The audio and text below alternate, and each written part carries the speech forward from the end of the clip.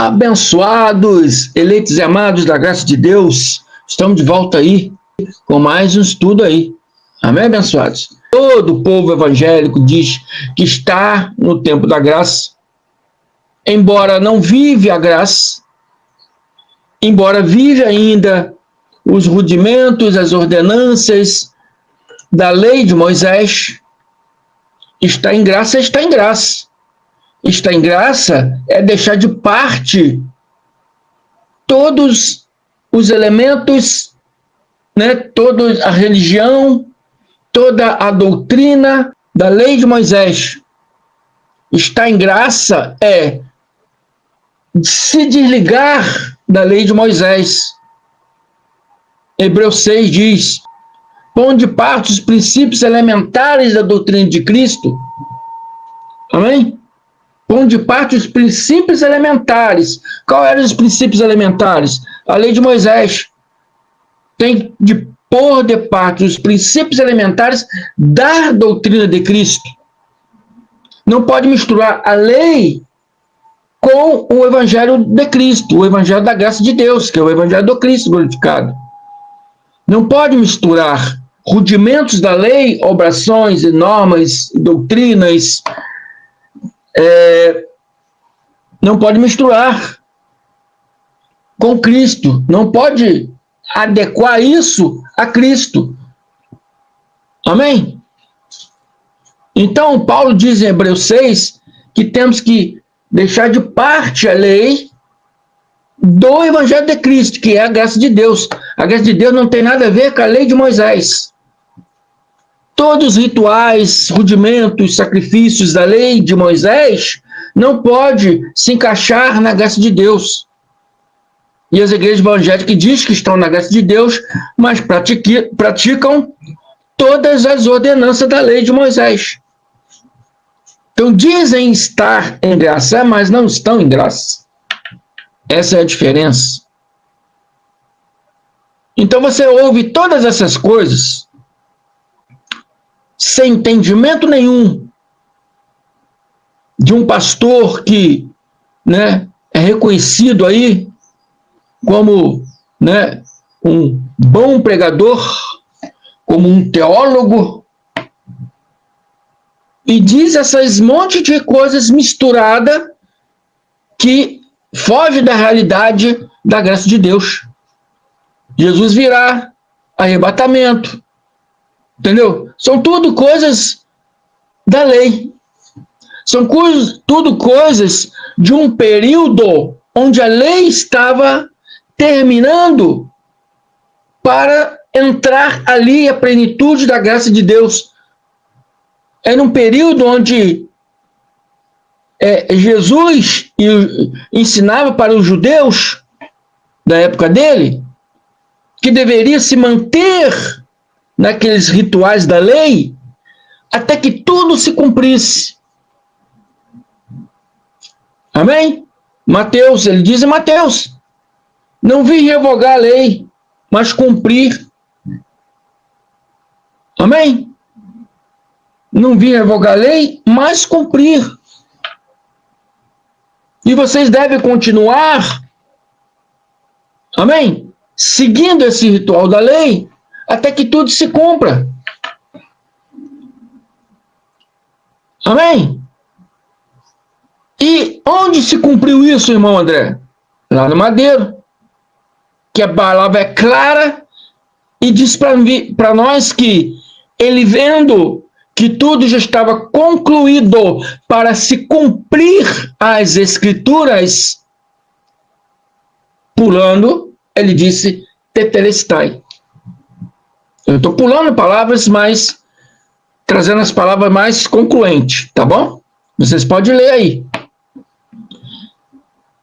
Tetelestai significa estar consumado. Estava mostrando que a lei dos profetas estava consumado. Amém?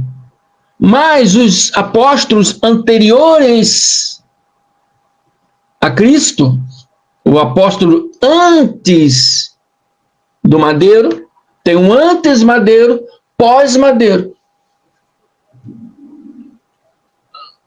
Amém? Que a gente fala anticristo são todos que são antes do Cristo. Amém? E tem aqueles que são depois do Cristo, que são os cristãos.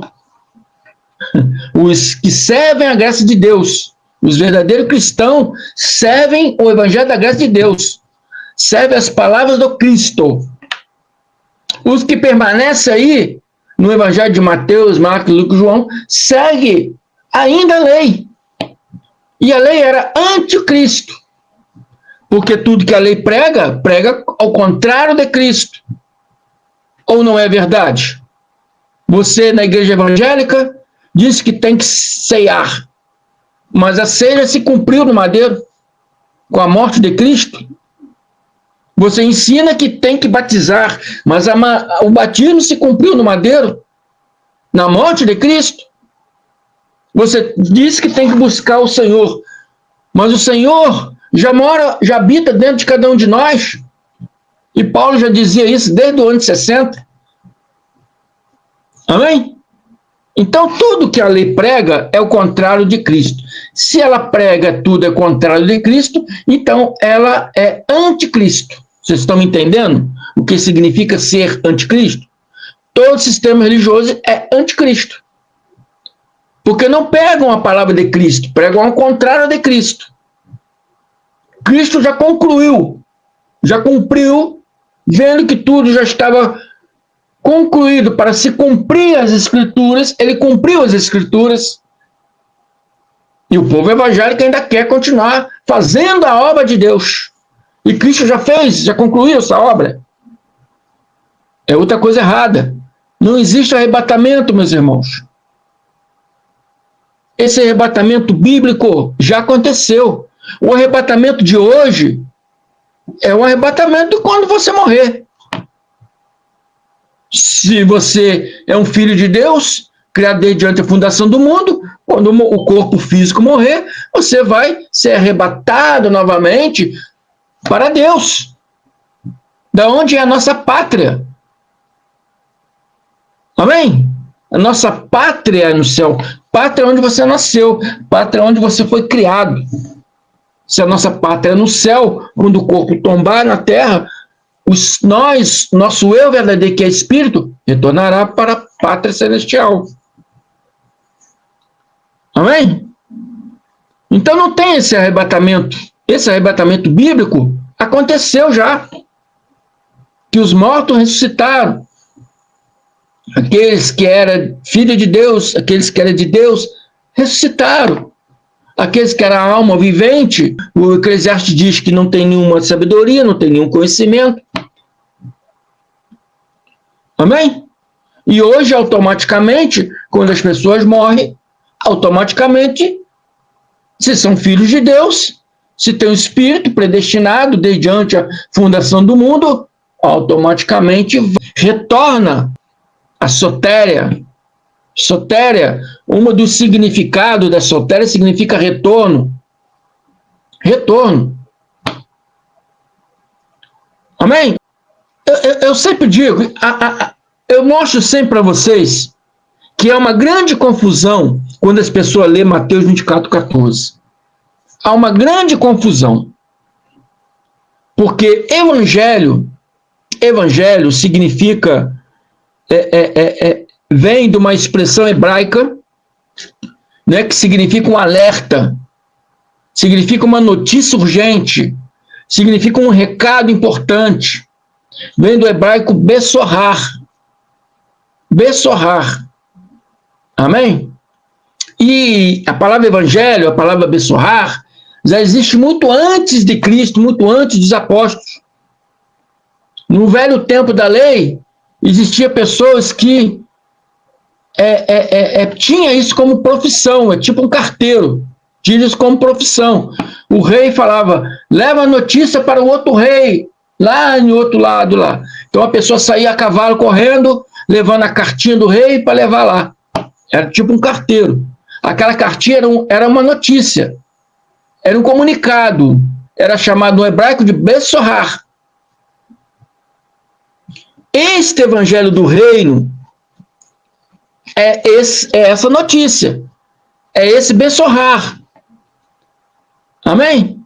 É essa notícia urgente. E Cristo aqui estava dando uma notícia urgente. Estava dando aqui uma notícia, um recado importante. Amém? Estava dando um recado importante aqui. Quando foi traduzido para o latim, Evangelium, né, foi mudando, né, o sistema religioso foi mudando, né, o entender dessa palavra. Evangelho do grego, né, e tanto o Evangelho e o Evangelho tem o significado de boas notícias. E de fato, para os cristãos, era uma boa notícia. O nascimento de Cristo foi uma boa notícia. O anúncio de Cristo foi uma boa notícia. O Cristo já está conosco. O Cristo já anda aí pela cidade. Então as pessoas iam atrás dele, procurar ele. Amém? A notícia da morte e ressurreição foi uma boa notícia. Ele ressuscitou. Ele disse que ressuscitaria e ressuscitou. Foi uma boa notícia para toda a humanidade daquela época, do primeiro século, para os judeus. Outra notícia é o que aconteceria depois das terríveis notícias, que seriam terríveis notícias, né? Aquilo que aconteceria depois, né? Que Jesus estava anunciando isso aqui. Iria acontecer coisas ali terríveis. Mas muitos não iam ser pegos, desprevenidos dessas coisas terríveis que viria. Porque muitos ali estavam ali ouvindo aquela notícia do Cristo e acreditando naquilo. Muitos acreditaram naquelas notícias terríveis que Cristo disse. E qual seriam essas notícias? Mateus 1-14 diz: Ora, Jesus, tendo saído do templo, ia se retirando, quando se aproximaram dele seus discípulos para lhe mostrarem os edifícios do templo. Mas Jesus disse: Não vedes tudo isto, que vocês estão aí maravilhados, porque diz que o templo era muito maravilhoso, né? Em verdade vos digo que não se deixará pedra sobre pedra, tudo será derrubado. Já era uma notícia.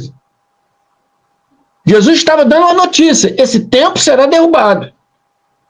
Não ficará pedra sobre pedra aqui, esse templo será todo derrubado. E estando assentado no Monte das Oliveiras, chegaram a sair seus discípulos, em particular, dizendo: Declara-nos, quando serão essas coisas? Eles queriam saber quando iria acontecer essas coisas. A perseguição, a tribulação, a destruição do templo. E que sinal haverá da tua vinda e do fim do mundo? Jesus responde: acautelai-vos, tenha calma, se atente na palavra, para que ninguém vos engane. Porque muitos virão em meu nome, dizendo: eu sou o Cristo, e a muitos enganarão. Essa é a primeira notícia. A primeira notícia urgente. A primeira notícia, né, importante que Jesus estava dando. Que teriam que ficar espertos com os boatos que viriam. Com os boatos que iriam surgir. Hoje chamamos de fake notícias. As fake notícias. Os boatos mentirosos. As notícias mentirosas. E ele diz: ouvireis falar de guerras e rumores de guerra. Olha, não vos perturbes, porque forçoso é que assim aconteça, mas ainda não é o fim. Segunda notícia. A segunda notícia anuncia as guerras. A segunda notícia anuncia os rumores de guerras e guerras. E isso era da vontade de Deus. Por isso que Jesus disse que é forçoso que assim aconteça. É forçoso. Isso tem que acontecer. Mas ainda não é o fim. Mas muitas coisas ainda terão que acontecer para chegar, né, aquele período, o fim. É um período que se deu ali no fim do século judaico. Muitas coisas aconteceu até esse fim. Amém? Porque se levantará nação contra nação, reinos contra reinos, haverá fome e terremotos em vários lugares. Mas todas essas coisas são os princípios da dores.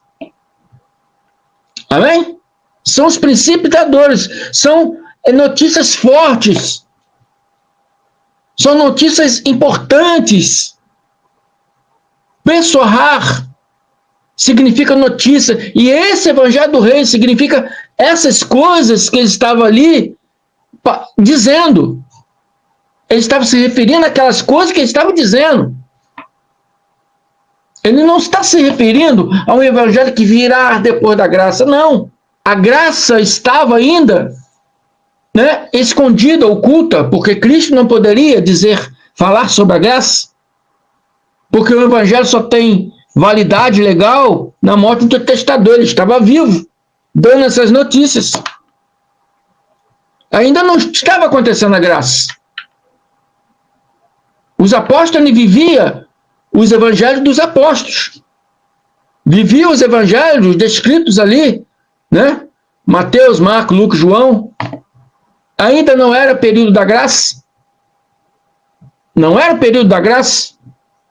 Jesus mesmo falando da graça entre parábolas, entre figuras de linguagem, porque ele não poderia falar da graça claramente, porque o evangelho só tem validade legal na morte do testador. Ele estava vivo.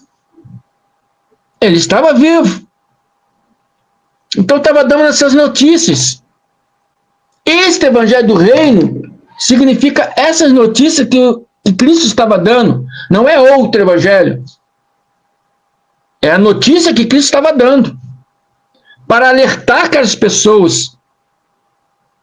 Para que eles se cuidassem. Para que eles não fossem presos, não fossem pegos, não fossem levados para cativeiros, para ser vendidos para outros povos. Porque Roma invadiria a cidade. E ele disse: então sereis entregues à tortura, e vos matarão, e sereis odiados por todas as nações, por causa do meu nome. Nesse tempo, muitos hão de escandalizar, e trair-se a uns aos outros, e mutuamente se odiarão. Igualmente, hão de surgir muitos falsos profetas, enganarão a muitos. E por se multiplicar a iniquidade, o amor de muitos esfriará. Mas quem perseverar até o fim, esse será salvo. Quem passar por todas essas coisas, respeitando esse aviso do Cristo, respeitando essas notícias, respeitando essa bessorrar, este evangelho, esse será salvo. Não está anunciando aqui um novo evangelho. Está anunciando aqui notícias. Está anunciando aqui acontecimentos. Está anunciando aqui fatos que iriam acontecer. E Jesus Cristo está aqui mostrando, esclarecendo para que eles ficassem despertos. Para eles ficarem ali de olhos abertos sobre os acontecimentos que viriam. Para não ser pegos de surpresa. Por isso você fala, e este evangelho do reino, essas notícias, será anunciada a todo mundo habitado. A minha tradução aqui fala o mundo inteiro, mas esse mundo inteiro está se referindo a todas as localidades onde havia judeu. Porque os judeus seriam perseguidos em qualquer lugar que tivesse. Tinha judeus em Roma. Então, a notícia tinha que chegar aos judeus de Roma para mostrar para vocês, judeus de Roma, cuidado, vocês vão ser perseguidos por causa do meu nome. Tinha judeus no Egito, tinha judeus na Grécia, tinha judeus na Síria, tinha judeus em tudo quanto é lugar. Então, todo mundo significa um mundo onde havia judeus no primeiro século, para que eles saíssem daquelas cidades, porque eles iam ser perseguidos, porque era uma ordem do imperador, e nenhum país queria contrariar o imperador. Qualquer um desses países que protegesse os judeus ia arrumar guerra com o imperador. E esse imperador aqui, Vespasiano, que viria, né, era um imperador muito forte, poderoso, e ninguém queria guerra com ele. Então Jesus já mandou alertar aos judeus que viviam nesses outros países, que faça que o Bessorá chegue até eles, faça com que essa notícia chegue até eles, para que eles fujam de lá, porque eles vão ser perseguidos por causa do meu nome. Então, este evangelho do reino não é mais um evangelho, pastor. Este evangelho do reino é uma notícia que Cristo estava dando. É uma notícia que Cristo estava dando para os judeus. E mandou essa notícia também, né? Será pregado, será anunciado a todo mundo onde habitava judeus, para que ele saísse de lá, fugisse. Até os judeus da cidade, ele falou, quem estiver na cidade, fuja da cidade. Ele falou, quem estiver na cidade, fuja da cidade. Quem estiver na laje, no telhado, não desça para casa. Quem estiver em casa, fuja para o telhado. Quem estiver no campo, não retorne para casa. Porque vai ser invasão romana. E vocês poderão ser pegos, poderão ser mortos, poderão ser levados como escravos. Então, esse evangelho do reino é uma notícia que Cristo estava dando àquele povo judeu do primeiro século. Amém? A partir daquele princípio ali, né? Muitos outros acontecimentos iriam surgir até o fim daquele século, e que seria, né, um acontecimento iminente. Seria um acontecimento que iria acontecer até o fim daquele século.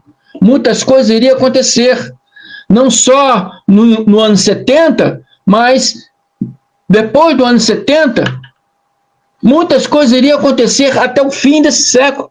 Vamos ser coerentes na palavra e vamos mostrar a palavra como realmente a história nos conta e como o evangelho nos mostra. Não vamos ficar criando coisas na nossa cabeça, né, para, né, tentarmos sermos os melhores pregadores da internet. Não, eu não estou aqui buscando isso, ser melhor nem pior. Eu estou buscando aquilo que Cristo me revela. E o que Ele me revela, eu vou passar para todos vocês. Tem aqueles que aceitam, tem aqueles que não aceitam. Perdão. Mas nós temos que ser humildes de procurar estudar aquilo antes de criticar. Antes de criticar alguém, vamos procurar estudar aquilo, vamos ver se é verdade. Vamos ver se é isso mesmo. Eu nunca ouvi falar nisso. Vamos ver como é que é. Vamos estudar ali. Vamos ver se é isso mesmo. Infelizmente, muitos procuram glória, né? E não buscam o conhecimento verdadeiro. Amém? Então, fico por aqui. Sou o irmão André Palhares. Se inscreva no meu canal MDCG André Palhares. Amém? Dê os seus likes, que é muito importante. Espero que você tenha entendido esse vídeo. Ouça uma, duas vezes, faz anotações, estudem, abençoados, estudem. Graça eterna. Muito obrigado.